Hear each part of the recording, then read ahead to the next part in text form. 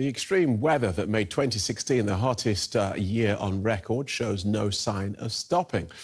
The World Meteorological Organization's latest report warns that ice levels in the Antarctic will be at a record low this year, with global sea surface temperatures at record highs.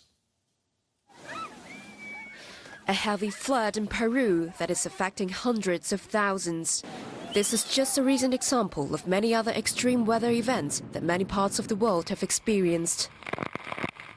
And these conditions will continue in 2017, according to the latest annual report from the World Meteorological Organization.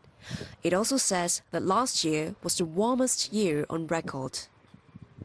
2016, we crossed the threshold with the temperatures more than 1 degree Celsius above the levels of the pre-industrial era.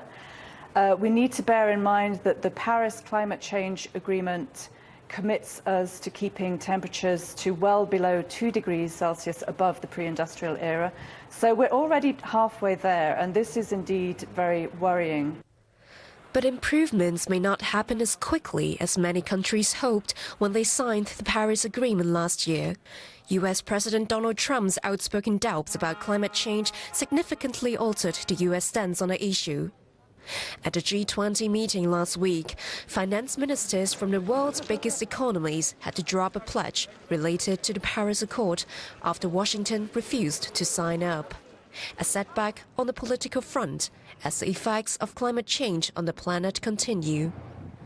The WMO says that the Arctic has experienced the polar equivalent of a heat wave. Atlantic storms drove an influx of warm, moist air to the north, causing polar ice to melt.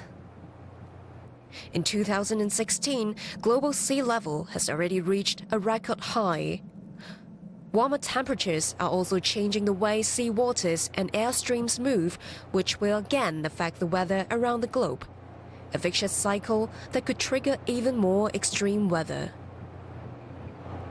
So what do the experts think? DW Simon Young has been speaking with leading climate researcher Mojib Latif. Mojib Latif, this report paints a terrifying picture of the world climate situation.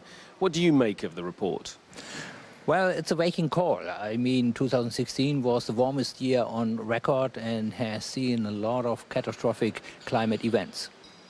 And we've seen these shocking pictures, for instance, from Peru with the severe flooding incidents. What's the link between those kind of incidents and the world climate change picture?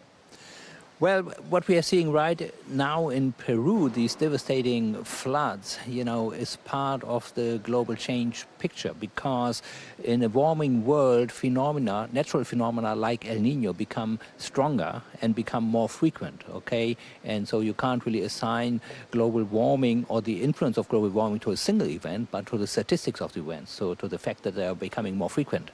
Right. Not all climate change is man-made, so what part of it is man-made? How much is the human race to blame for climate change?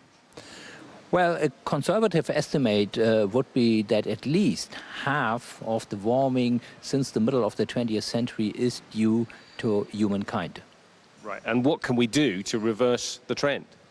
Well, in the short term, we can't really do much. Climate is very inert, okay, responds very slowly. And if we act now, which is absolutely important, then it takes decades to reverse the tendency. Okay, and what areas of the world do you think are going to be most affected by climate change in the coming years?